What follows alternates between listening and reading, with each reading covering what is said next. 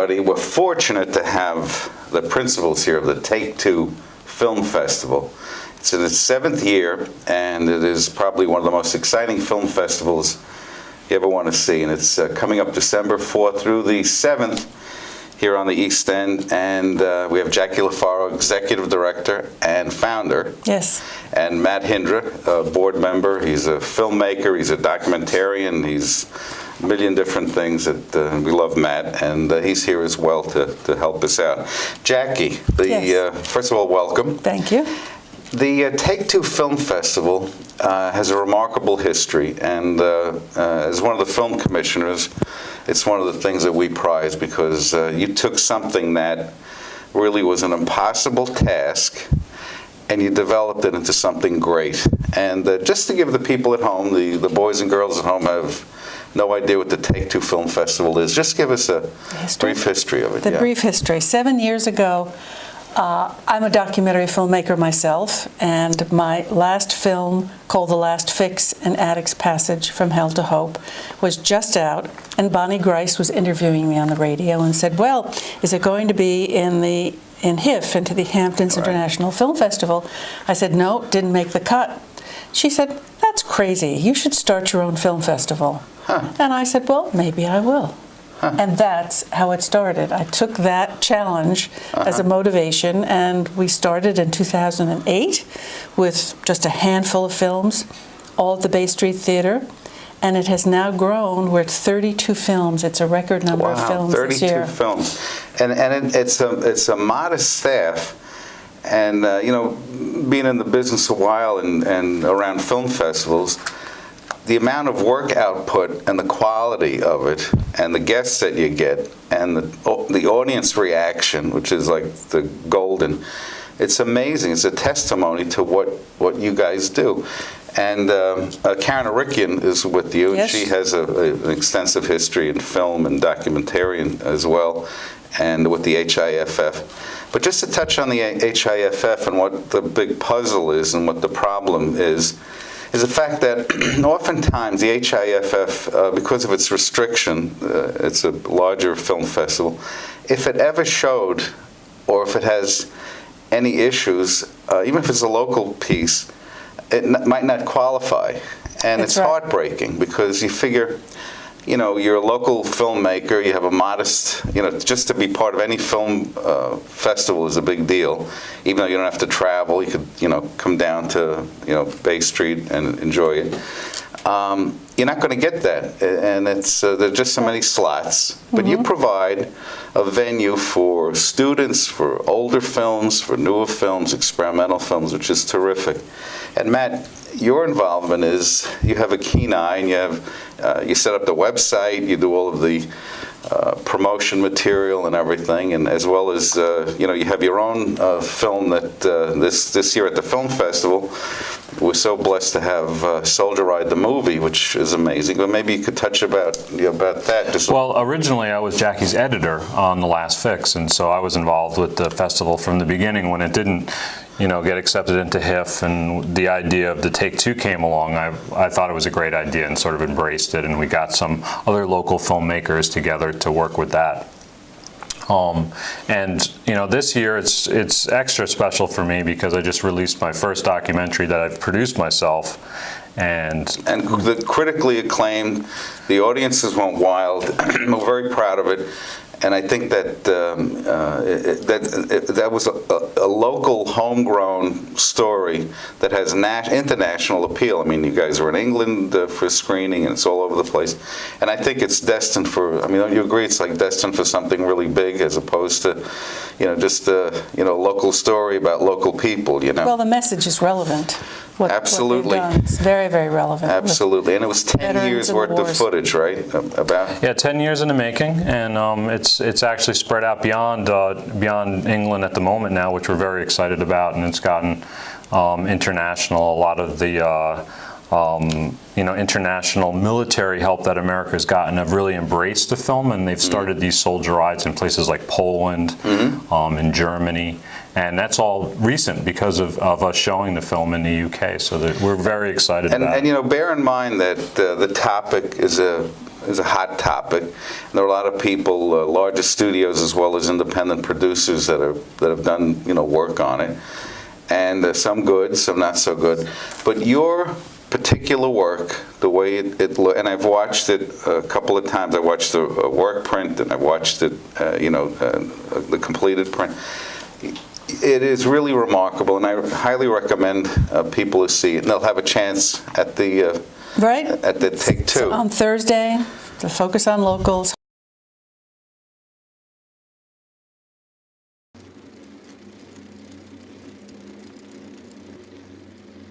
It was sort of like an urban legend, the riding across the country. Everyone knew someone who had done it,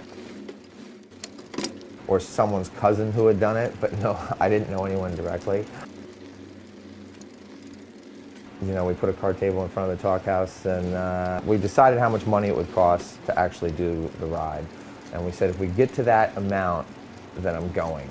And I remember that night we got to that amount. It was kind of a, crazy moment, because then I really realized I was going, and it all became real.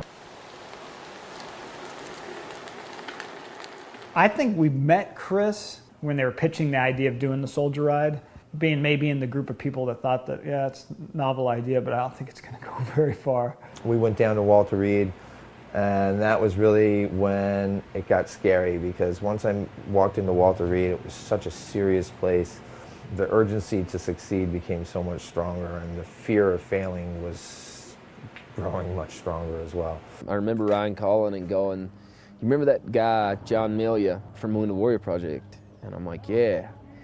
And Ryan says, he's got this guy riding a bike across the country or something. And we introduced ourselves. We were total strangers. It was awkward. How do I act around these guys? Do I not look at his legs? Do I ask him questions about it? Whatever. And the next day we went to a bike shop, and I was explaining to Heath about the different bikes, and titanium and carbon and aluminum and this and that. And he looks down at his legs and he taps them, and he goes, "I know a little bit about carbon and titanium." Heath and I were lucky enough to get to spend a few days riding through Colorado with him, and just kind of support him and be, some wounded soldiers to help be a part of the ride.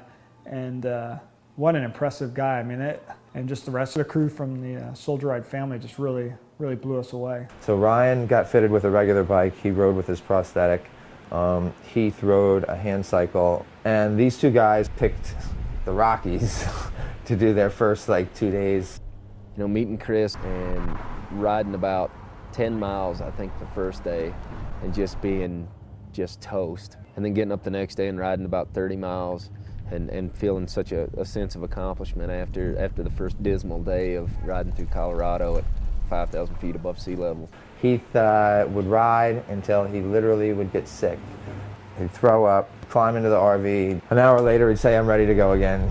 Drag him out, throw him on his bike, and he'd do that. And we did that 3 or 4 times. I just thought it was cool, and it turned out we got the opportunity to ride the last 10 miles in with Chris when he finished up in San Diego. And I just remember thinking to myself, you know what, if they do this again, I want to do the whole thing. I have spent years with Matt in his edit room, in his dark edit room, going through films, and he really understands the nuances and the rhythm and the delicacies of footage, and I think this is what has helped him be a filmmaker. Sure, I mean, working with Jacqui and also just viewing documentaries. I mean, it's one of the things that I love, and I must confess, I actually prefer foreign documentaries. I prefer the pacing of them than I do American pieces. But the thing of being an editor and being a filmmaker and having your film shown in your local community is amazing. It's really just amazing, and I think that was really when Take Two started, the idea of having your film shown in the community where they were inspired, where they were, came up from, was such a great idea. And now that we're expanding out into Manhattan and sort of embracing the larger film community, hopefully even in the tri-state area and things like that, that's been tremendous too, because for me as a businessman, the film, because film is a business too, you know, to make these connections and to be at the gala and to be there the whole week and meet some of the filmmakers and make those connections, you know, has really been just amazing to help my business grow. And I think that, you know, filmmakers, when they go to festivals, one of the things they want to do is make those connections. The networking is it. Networking. Yes. Yeah. And having it in one venue and having the gala in that same venue and all the filmmakers staying in that one town has really, I think, helped our festival do that. You know, it's helped make those connections. Sure, and it's helping the economic development of Sag Harbor. Yes. Because you're bringing all these people, and they go to the restaurants, they go to the bars, they go to the... And we have a special arrangement with the Sag Harbor Inn. They have become our festival partner. Excellent. So that people can stay there at a promotional rate, and they love it, and we love it, and we send people there. That's the best thing. You're helping local businesses, which should need the help. You know, right. It's amazing.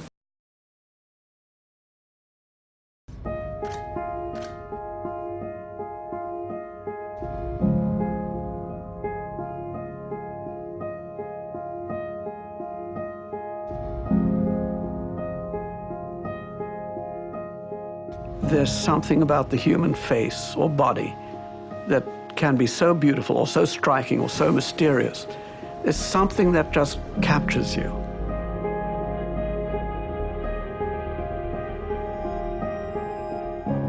Photography is something that I do because I'm looking for something to understand maybe about myself.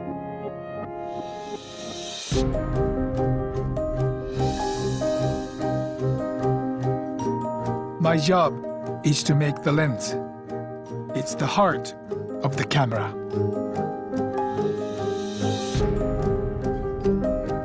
The idea in Buddhism is that nothing can be perfected. And yet, I think the Japanese, in terms of the way that they approach lens making, are attempting to achieve perfection. It's a very high accuracy lens, one of the biggest in the world. And it took 2 years to make it. It could reach the galaxies that are close to the beginning of space, billions of light years away. In 1968, I have third-row seats to see Jimi Hendrix in concert. I borrowed a friend's camera, and I shot 2 rolls of film back then. And when I saw this image come up magically on this white piece of paper, I was totally hooked. I look at the lens very closely and try to understand its feeling.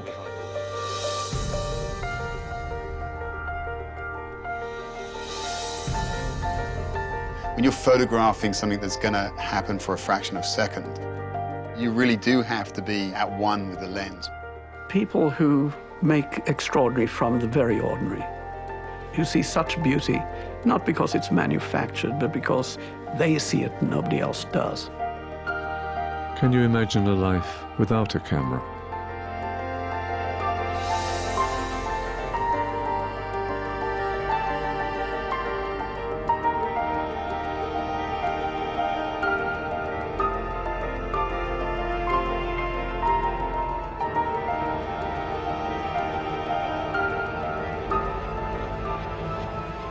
No.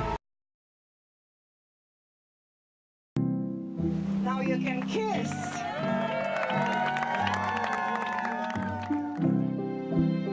Over the past 20 years, I've helped support my work as a documentary filmmaker by shooting the weddings of total strangers. As long as you both shall live, I do. It's like being granted a front row view as an ordinary couple experiences the most extraordinary day of their lives. To be sensitive at all times to each other's needs. But I can't help but wonder, do they have any idea what they're getting into? Oh my goodness. Oh my God. What did you think marriage was going to be? Did you know from the beginning this is the woman you want to spend the rest of your life with?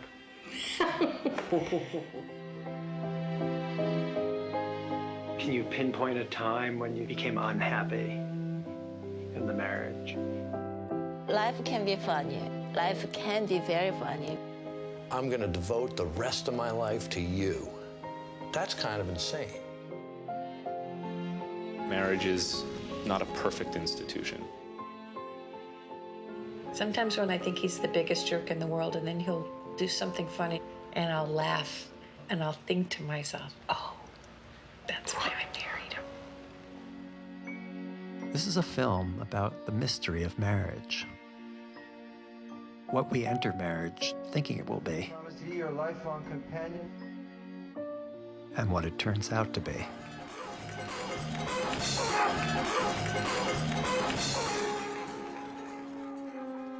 As we join together from this day forward. To be your lawfully wedded wife. Jacqui and my brother and Vic Teisch, may he rest in peace, who worked with you on The Empty Chair. One of our best stories about Jacqui was the fact that she was involved in that documentary with Vic, and that took a while to put together, and it was a very difficult thing. And it was about an execution, and it was heart-wrenching. And at the time, people really weren't conscious about that, and they weren't. And the instrument of a documentary film to raise consciousness, and particularly in that case, because at the time, you said, geez, you know, you think about theatrical exposure and how it's going to play on in the theater and it's going to play on television. Hard subject, you know. Yes. But you guys, critically acclaimed, but to this moment, it's a didactic piece that is shown in schools and is continuously discussed to this day. Has a big outreach component because it's a balanced film, and I think that's what sets it apart. You know, we set out to interview people who were pro-death penalty as much as those who were anti-death penalty. But your involvement, you were very helpful in getting me a press pass to go down to McAllister to get in to witness the execution, which I thank you for, but it was also a trauma. But in any event, I know what it takes to put a documentary film together, and people who submit a film and can't get into a Tier A festival because it's been screened before, because it doesn't thematically fit the program, they're sitting with a product, a film that they've made with passion, love, and tears and sweat, and there's no place to show it. And some of these films are just terrific and deserve to be seen. They deserve to be given a take two, a second chance. And that's what our festival is really strongly about. People will see films at our Take Two Documentary Film Festival that they will not see anyplace else. They will also see films that we've curated, that have been invited, that are new and wonderful documentaries. That you'll give the first exposure to. Yeah, well, the first or the second. But, you know, we're bringing them to the East End of Long Island, where we like to think of ourselves as an art house festival. We're not a HIF. We are an intimate festival that happens in one venue in a wonderful town like Sag Harbor, where people can see a couple of movies, go out and have lunch, come back, or have dinner. Can't hurt. It's an event, you know? It's an event. Also, the thing that intrigues me about your festival is it's not just like the regular, you know, pedestrian ones where you go, you get a ticket, you go see the movie, you buy, you know, popcorn, and you sit in the theater and you mouth agape watching something, and then you go to the next one, the next thing leave. But the thing that really brings it to the head is, like, you have the filmmakers. For instance, you had Penny Baker. Penny and Chris, interviewed by Susan Lacey. Yeah. Well, you know, he's the granddaddy of documentary films. Right. I mean, and you know, we love him. We think the world of him. His daughter is very talented. His wife is very talented. His ex-wife is very talented. He's an amazing guy. And you had the opportunity in the audience to actually engage with somebody that is, you know, the Oscars gave him a special award for his Lifetime Achievement Award. Right. And it's not every day that you have that type of a thing. And Leacock, you had Richard Leacock. And you say these people are neighbors. They're actually, they walk among us. And And Susan Lacey. Susan Lacey. American Masters now with her own company called Pentimento Productions, and she has a multi-film contract with HBO documentary. Amazing. And so and she has a house in Sag Harbor. So yeah. And also the students, that you have young filmmakers, young students I should say, that want to be filmmakers, and they have the opportunity of sitting and saying, you know, I think I can do something like that. I think I can try that. Well, and you encourage that. Well, we have, for the first time this year, Thursday morning, a Young Voices program being hosted by the filmmaker Roger Sherman, who's done Florentine films. Wow. And we have 4 films. The youngest student is 12 years old from Hayground School with a 6-minute piece called Chicken, and it's delightful. It's delicious, you're going to say. All the way up to a film, McBee, by a graduate of the School of Visual Arts in New York City. Wow. So we've also made a collaboration with them, School of Visual Arts, and we'll be screening several other films during the festival. But back to Young Voices, the theater is now sold out, if you want to call it, with students, all area schools, middle schools and high schools will be coming. And they're going to see the work on film. We're going to encourage them to pick up their mobile phones or a video camera and start to make documentaries, tell their stories. And Roger will be giving a short course to them on how to shoot, think about it, shoot, edit. So it's really a wonderful program. It's not open to the public. You can come though, and it's just going to be great. So that kicks it off. That's great. You know, with students and at the county level, we have a thing called First Exposure, and we go through hundreds of films, and it's a pleasure because you see from grade school all the way up to junior high to high school. And years ago I used to teach at NYU, and in those days, and it's a question of technology and also how young people respond to things now. They know if a thing is out of focus or if the sound isn't good or if, you know, the narrative isn't good. Not to say that years ago they did, but they were prisoners of VHS and prisoners of... This is easy now. I mean, yeah, it is much easier. But the thing that comes across is the output is amazing. The outlet is still a question, like where do I show it? How do I get the feedback of other filmmakers, of accomplished documentarians to see my work, okay? And that's where you come in. And at the county level, we're very sensitive to that because we say it's really a remarkable, it's like a jewel that we have that should be supported because of the fact that it is an ancillary thing to the academic. And the filmmakers have to come from someplace. I mean, it's not, there's no factory that generates them. And although I love, you know, the big film schools and everything, they have to be able to get to the school, or if they don't want to get to the school, they will have to be able to do it. And you allow people to do it at any age, which is terrific. Well, one of what I've come across in terms of putting this Young Voices program together is that there are not enough media departments on the east end of Long Island. Right. That there really is a deficiency in teaching kids the art of telling stories with film, with you know, digital media. The Ross School has a good department, but it's... They're set up, but that's the Ross School. That's the Ross School. And so Hayground is their thing. You don't have enough of that, and I'd love to see that develop here. For years, for 3 years, 4 years going, we showed a selection of first exposure films. And so we also went through 20, 25, 30 candidates and picked 3-minute, 4-minute films. Kids have a lot to say. You'll see with the School of Visual Arts and Downtown Community Television, Educational Video Center, these are inner city kids telling stories that affect their lives. In very poignant ways. 23-minute film knocks your socks off. We always encourage this.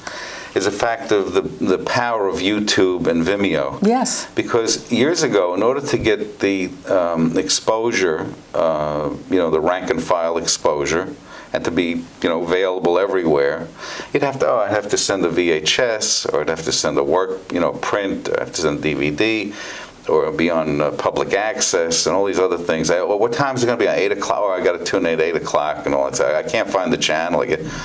But with YouTube, and we've been part of the YouTube broadcaster division since 2004, and now with new appliances, the availability of a television set to show YouTube without all the aliasing and all the other junk that you see, you can enjoy these things. So in order to encourage that development for young and old filmmakers, and documentaries have a very short shelf life normally. I mean, they if they get on the shelf. Right, if they get on the shelf. But with your thing, you sensitize the public. It could be available.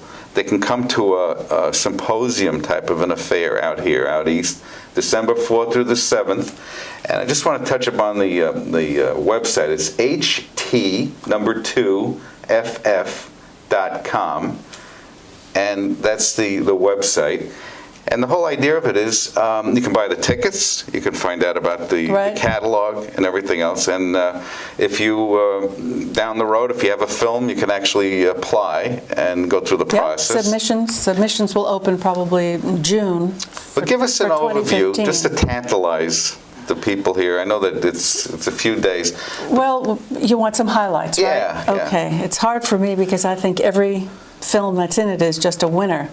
But we have a couple of premieres, and we're not a premiere, we don't seek out premieres, but they offered them to us. Great. And one is Joe Loro's film on Thursday night called The Big Beat, and it's about Fats Domino and the history of that musical genre. And it's terrific. Joe Loro has a company in Greenport that for Local archival footage, and so he has a treasure chest of archival footage. And it just debuted in New Orleans at the Jazz Festival.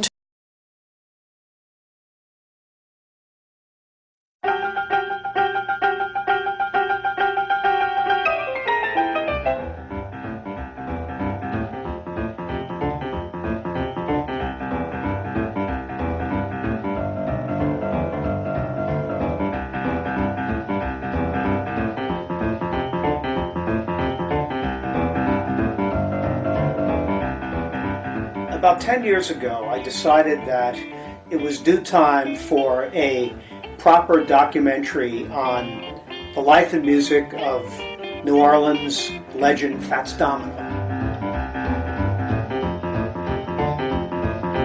I think what people really failed to understand is how amazingly important Fats and his relationship with rhythm and blues and trumpet legend Dave Bartholomew has been through the years.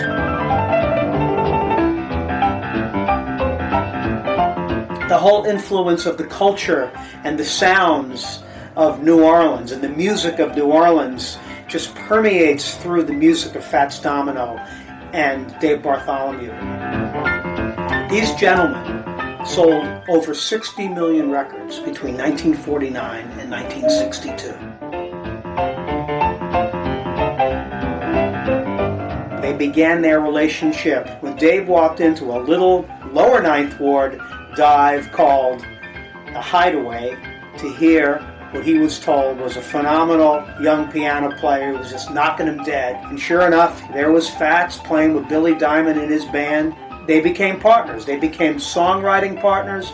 And 60 million records later, we have a legend and we have a legacy that has really not been explored. And the story needs to be told.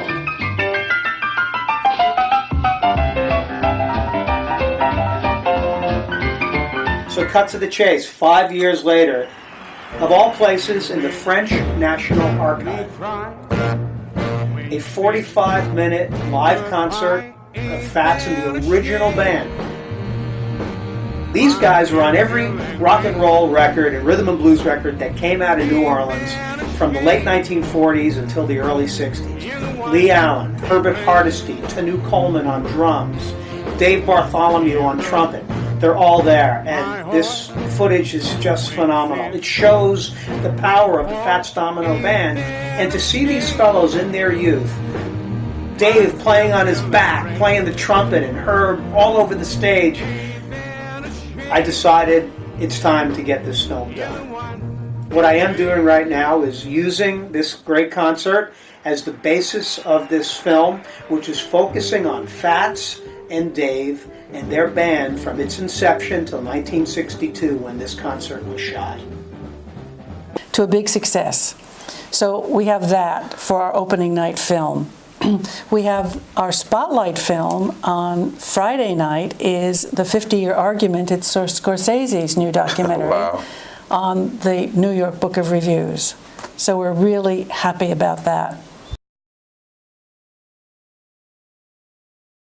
It was based on the idea that highly skillful, intelligent people can write about any subject. I remember a New York Review of Books that my dad kept next to his Playboy and his Newsweek.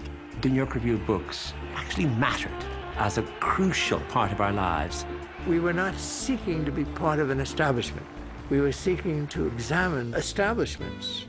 Magazines don't change the world, but they shape a certain kind of climate of ideas. One of the things that intrigues me is that you have the Flight 800, and we were involved with this a while ago, and with Christina, and if you can just expound upon it. And this thing is an electrifying documentary. It is something that will make the little hairs on the back of your neck stand up. And of course, Flight 800 directly impacted our neighbors here, because several of our neighbors lost family members, and also local fishermen and the like were part of the horror of it. And if you could just expound upon Flight 800. Right. Well, the TWA Flight 800 was a highly controversial plane tragedy that many people on the East End or the southern coast of Long Island actually saw happen. They were out on their decks having barbecues or parties, and they saw this plane explode, fall to the water. And so the controversy here is, and that Christina brings out in this film, is that when it happened, the regular FFA people usually come in to a plane site and do an examination. They were shunted aside, and the FBI came in. Right. So that there were government inspectors locking down this evidence. Why were they doing that? What was the purpose of it? And so this film includes expert testimony by a variety of people from the FAA that she has scouted up, and it's a real conspiracy film. This happened July 17th, 1996. And what happened was that night we were in New York, and my brother and I were coming back, and we were on the on 27, and there was the windows were up, and there was an overwhelming smell that it smelled like carrots, like a farm smell. And when we got home, on the news, CNN and the local news, there was a flash, and we were coming right through the area that was perpendicular to where the accident happened. But it was like an overwhelming, like an odd thing. It was like a strange thing in the air, I'm going to say. And that's how we kind of got in touch with Christina, because Christina was doing the documentary at that time and was looking for a venue to interview people that were part of it. And I'll say from my experience in dealing with her, that she really opened up not one vein, but several arteries too, in order to make this thing happen. And it cost her career in bringing this forward. It was not a pretty sight.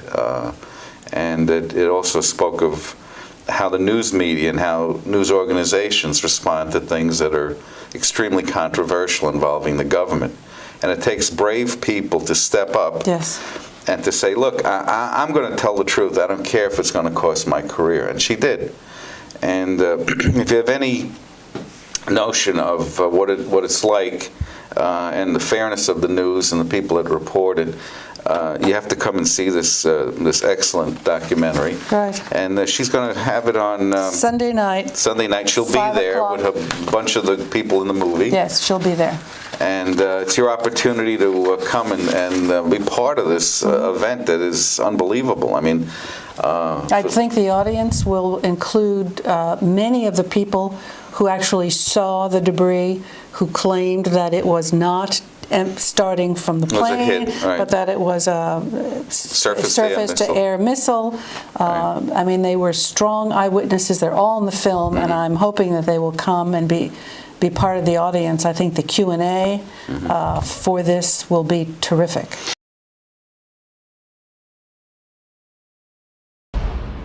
We just had an explosion out there. It blew up in the air, and then we saw 2 fireballs go down into the water. On July 17th, 1996, TWA Flight 800 exploded in the sky. A missile or some kind of streaking object was seen in the sky at the same time TWA Flight 800 exploded. I saw an object rise out of the ocean. It was moving very rapidly. And then start climbing, passing my altitude, and the explosion. And the very next day, the FBI came to talk to me and said, "You did not see that. You saw nothing." The TWA Flight 800 in-flight breakup was initiated by a fuel-air explosion in the center wing tank. We didn't find any part of the airplane that indicated a mechanical failure. The explosive forces came from outside the airplane, not the center fuel tank. The FBI did all the interviewing of eyewitnesses. No witness was ever allowed to testify. For that kind of cover-up to be tolerated, it makes me fighting mad. I think that in light of what's happening now and the fact that you know, we don't really get the truth all the time. In those days, in 1996, those days, we actually believed that, oh, you know, of course the government's not going to cover this up. That's ludicrous. You know, that'd be crazy for them to cover something like this up. But indeed, that was really a precursor of what, you know, the 9/11 hit and everything that followed thereafter paled in comparison to this. But you made a really good point that I'd like to underline, and that is a documentary filmmaker has a great deal of courage to go after a topic that is either concealed or hidden. You had Barbara Koppel, who went into the middle of violent strike lines to make a film. It takes perseverance and a willingness to get the story, not a news story, but the real story. The real story. And similar to this new film that's out now with Laura Poitras and Snowden. So I think people don't give enough credit to courageous documentary filmmakers who bring these films to the screen at their own peril. Right. And the bottom line is to tell the truth, to expose the truth at all risk, because it's not a pretty thing sometimes, the truth. And when you expose it, that's where things change. Because if I know the facts and I can make a decision as a person observing this art form, and I think that in this particular case, there's many other movies in here, but she illustrates, like at the basis, what things are about. And we applaud you for reaching out to her and bringing her in. And the participants of the film festival will have an opportunity to enjoy it. So walk, don't run. Go to the film festival. Here's one example. There are many, but 32 films, and each and every one of them has a compelling story. So go out there and be part of this wonderful film festival. We have a good selection of art films, and somehow or another our screeners and our sensitivity embrace films on the dance. We have Afternoon of a Faun, which is that wonderful story of Tanya Leclerc, the principal dancer in the New York City Ballet, married to Balanchine, who at age 27 contracts polio. Oh, geez. And never dances again. And it's a wonderful story. Heart-wrenching, yeah. Heart-wrenching. The ballerina you dance with. I mean, there you are, feeling the heft of her and the sweat of her and the taste of her. Dances were usually short and quick. along comes this elongated, stretched out path to heaven. Tanny's body created inspiration for choreographers. They could do things that they hadn't seen before. Jerry Robbins had this idea to transform this wonderful work in history, Afternoon of a Faun. And you see how beautiful Tanny is in it. Jerry, I'm sure, was in love with her in a way. Balanchine's interest in Tanny started the day she entered the School of American Ballet. And I think the only person she truly was ever deeply in love with was George. They married on New Year's Eve, 1952. She was with the greatest choreographer ever. She was at the height. She was beautiful. Incidentally, you're going on a tour of Europe, too, aren't you? Yes, we're going in August. She didn't want to go on this tour. The next morning, when they pulled the company together, Tanny wasn't there. The tragedy of Tanny is epic. Epic. She was destroyed as a dancer. It was absolutely more than you could take on. It was almost unbelievable. Tanny was dying. I think I can't talk anymore about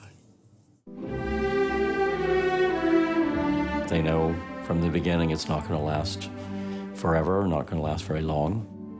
I think she came to terms with it, as all dancers do. I'm not a dancer anymore. Who am I?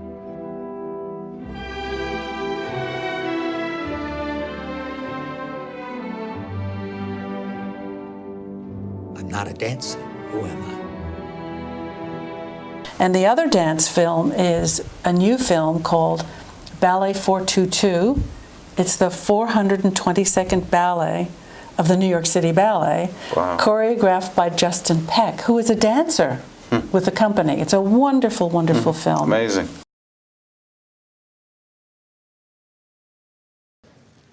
Okay, I think we should run the finale step since that's brand new. What do we think?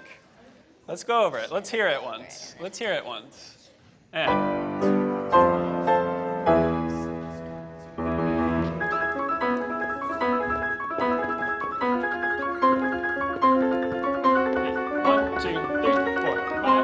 1, 2. Stop. Sterling, she did it. She's got it. Sorry. It needs to be, it's not like crispy enough. Crispier? Crispier. Okay? Same thing.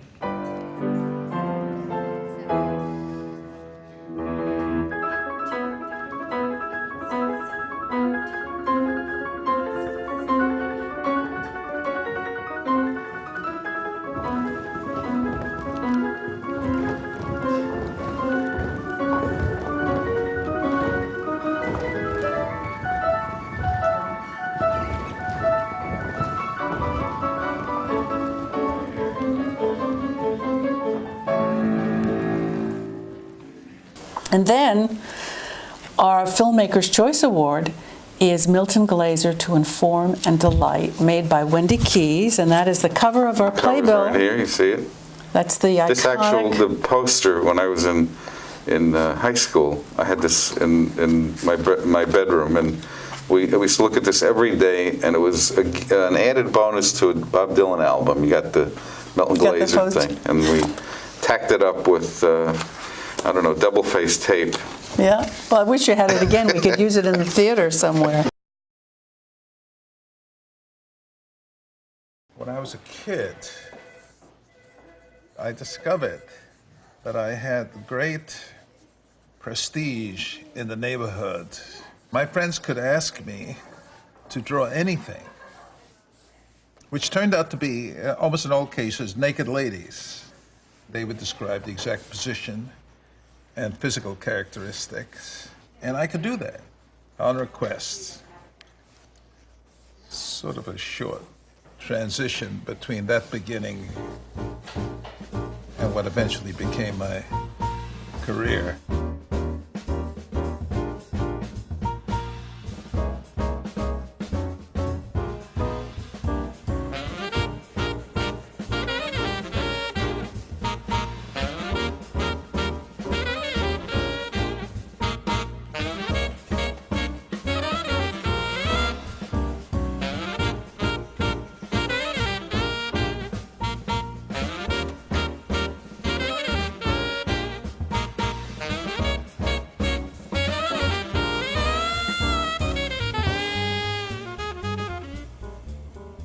Well, people ask me why I chose design, like most American artists. When I was a kid, I copied comic strips, Walt Disney, and then I went to the High School of Music and Art, which gave me a lot of options about what I should be doing, where I was introduced to the idea of what was then called commercial art, which was making things to sell for money.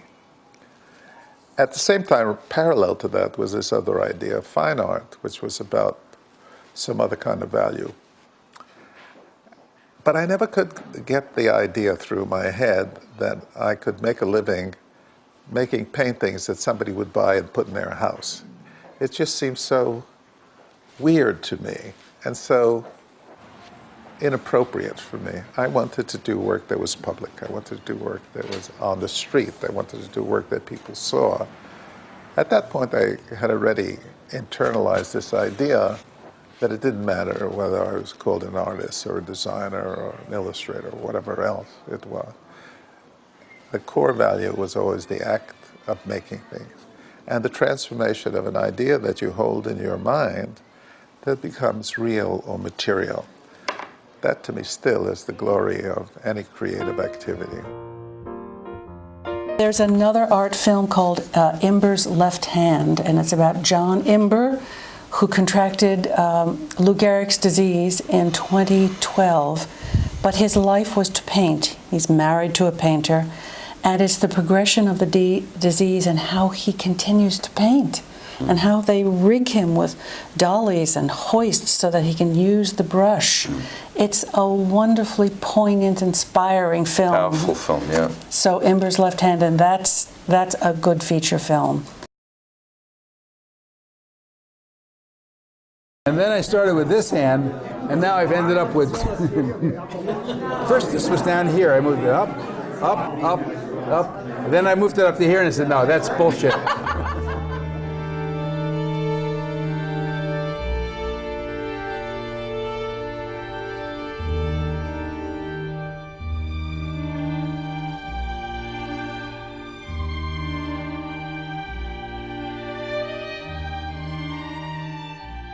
It looks rich and beautiful, very alive. Okay, let's slow down, slow down. How about Passover? In 1959 or so, of Uncle Herman, Uncle Isaac. Also, this particular photo, I'm hamming it up, which is the only response to that kind of an upbringing for me. And it's still maybe the only response even to having a fatal illness. But it's deeply embedded in who he is. His Judaism. Yeah. How do you think? Oh, just your delivery, your responsibility, your search, your quest for the integrity of what you do. Our first dates were all outdoors. All our dates were outdoors, painting. And then Christmas, he gave me a painting of a rose, and on the back it said, "Will you marry me?"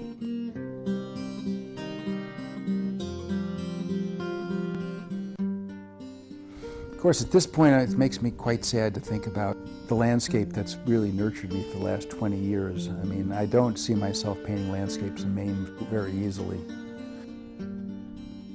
I'm going to keep painting, but I don't necessarily think it's what my life was all about. I'm a painter, but I'm also a husband and a father and a friend, and that my life like that is very full, gratifying, and I don't know if I need to paint to be who I am. I'm going to start with the kayakers. At this point in my painting career, the important thing is to make each time I paint a comedy routine. 2 kayak, 3 kayak. That Turk is deadly. I'll do it then. I don't mind deadly anything. No, but I mean, it's really yellow. It's not going to be clean, but okay. Ooh, it's got better. It doesn't work this way. Alas, it's not better upside down. I think I'm going to do another exhibit of paintings done with ALS. We're going to have an opening to top the last opening. I'm banking my voice for the future. and there's a list of phrases. And one of the phrases is, "Fuck Lou Gehrig." You know, you got all that Brock and Picasso in here It's there. as you're thinking about it, but you've loosened it all up. And it had a kind of rawness to it that you just thought, whoa. And also the rawness, you felt an urgency, like, I've got to get this done. But at the same time, that it was celebratory. And I was quite touched by that, you know. Our gala, which is really exciting, and over the years we honor a documentary giant, someone who has influenced the world of documentary film in a way that we stand on their shoulders. We have learned from them. Sure. Richard Leacock, Ricky had just passed when we honored him, but that's the Sound Sync camera and Cinema Verite. Right. Susan Lacey, 200 documentary biographies for American Masters, a giant. Incredible, She's yeah. amazing. And then Penny Baker and Chris Hedges, his partner, as well as his wife. They do films together. That's right. But Penny and Chris are a dynamic team in the world. In fact, they're looking for a home for their documentary library now. Really? And this year, we're celebrating Barbara Koppel, 4 decades of making documentary films. And this will be the envy of all people who make documentary films. Her first documentary out of film school won an Academy Award. Wow. Yeah. Harlan County, USA. Yeah. So we're screening Harlan County Wow. At the festival. And when you think about it, that was a student project, and you know, basically, amazing. Yes. Amazing. Well, she went and had the courage with her, I think, boyfriend, to get in the midst of the strike lines in Harlan County, Kentucky, a coal miners' strike. And it was rough. I mean, 13 months of being in there. And it wasn't a thing where you could whip out your iPhone and document the fact that you're getting beaten to a pulp, because, you know, no cell service, no iPhone. Camera knocked out of her hand. Never let the camera out of her hand, you know, even though if she was shooting or not. She said it helped sort of tamp down the violence. So anyway, she's going to be there and talking about it. But at the basis of it is the fact that each and every one of these films and the people that make them are great storytellers. Yes. And everybody, if you want to get somebody's attention, say, well, I have a story to tell you. Gather around, folks, I have a story to tell you. And the fact that when you do it with a camera, and you do it with the narrative that's powerful enough, the audience will always pay attention to it. Yes. The key is, from for documentarian, is to survive. You know, to make film for another day. You know what I mean? Yeah. And fortunately, you provide that venue for them. And you know, from your standpoint, and we've witnessed on many a project. You know, just the idea of getting through it. You know, there's nothing more. The life of solitude is an editor. You know, an editor sees hiding in a dark room. And your skill. I mean, you've been doing this for a very long time. I think, you know, it took your youth away from you. Well, one of the nice things I think about Take Two is that the student filmmakers, going back to them, to give them a venue so they can see their film and their families can see their film on a big screen is pretty amazing. And I know from myself, you know, I mostly do TV commercials, and you never get anybody's reaction to what you've ever done. Except the pet egg. Right. But when you see your film in an audience environment and you get that reaction, you get that feedback from people, it makes you a better filmmaker. It makes you a better editor. You see nuances maybe you hadn't seen before, and I think that that's one of the great things about Take Two, about the festival itself, is to bring these things to an audience. The filmmakers are usually in the audience. The audience gets to meet the filmmaker. It's very satisfying. We have Andrew Botsford and Bonnie Grice. do the interviews with the filmmakers, and Bay Street's just an amazing venue because, you know, most festivals you see, the filmmaker will be snuck out a back door or whatever. You don't actually get to engage with them. And Bay Street is one way in and one way out. And it's really, you get to engage with the filmmaker. You get to see a great piece of art, which I think most of these documentaries are really, you know, that caliber. And in a community like Sag Harbor where art is a main focus, it's just a great place to have it. Let's look in the crystal ball for a few minutes. Yes. We're at number 7.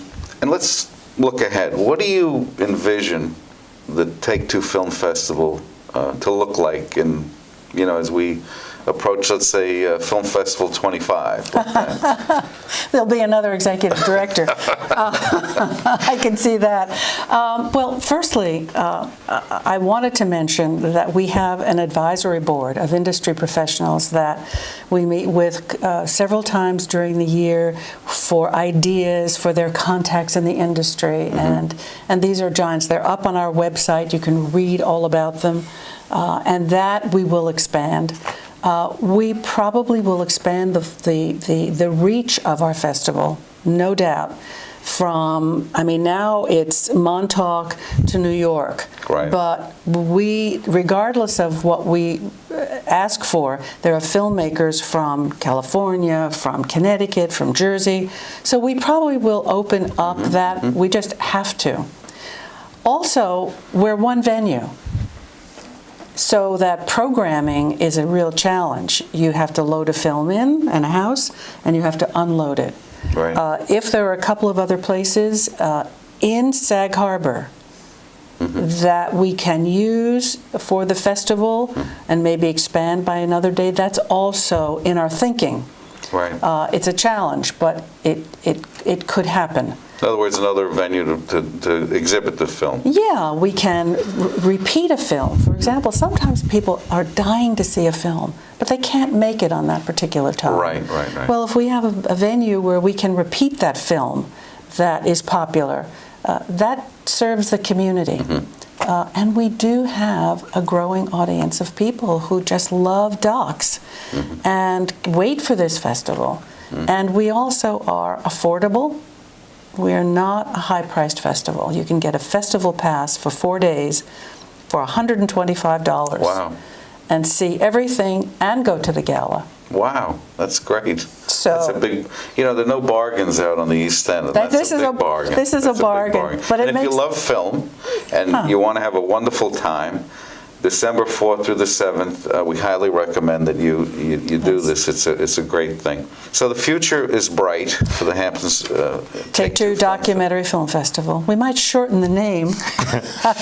Everyone says when they have to write a check, God, that's such a long name. No, but I think you have it. Hamptons Documentary Film Festival or Take Two. Yeah, but I think the website, ht2ff.com. Right. That's easy. Yeah, Go check it out. Stands for the name, right? And everything will be up there. We'll have a brief synopsis of each film. You'll be able to order individual film tickets, order a festival pass, or order a pass to the gala. The festival pass, as Jacqui said, it encompasses everything. You can go to any film you want and the gala.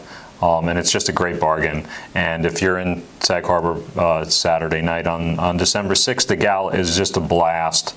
It's really, really nice. It's just an open venue. The whole of Bay Street is opened up. You get to meet the honorees, meet the filmmakers who are involved in the festival.